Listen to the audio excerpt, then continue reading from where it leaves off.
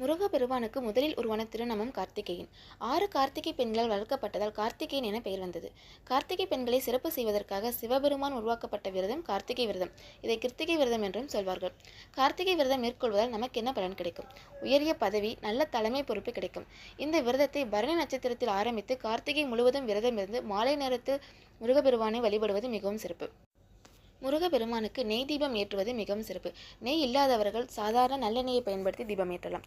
முருகப்பெருமானுக்குரிய செவ்வரளி மலர் சார்த்தி வழிபாடு செய்வது மிக முக்கியம். செவ்வரளி மலர் கிடைக்காதவர்கள் மல்லி, ஜாதிப்பூ இந்த பூக்களை பயன்படுத்திக் கொள்ளலாம். முடிந்தவரை சிவப்பு கலர் பூக்களால் அர்ச்சிப்பது மிகவும் சிறப்பு. முருகப்பெருமானுக்கு நைவேத்தியமாக தேன், தினைமாவு, சர்க்கரை பொங்கல், மாம்பழம் பயன்படுத்தலாம். முடியாதவர்கள் பாலில் சர்க்கரை அல்லது தேன் கலந்து வைத்து வழிபாடு செய்யலாம். முருகனுக்குரிய மந்திரமான ஓம் சரவண பவ என்கிற மந்திரத்தை நாள் முழுவதும் உச்சரித்துக் கொண்டே இருக்கலாம். தெரிந்தவர்கள் கந்த சஷ்டி கவசம், கந்தர் அலங்காரம் பாடல்களை பாடியும் வழிபாடு செய்யலாம்.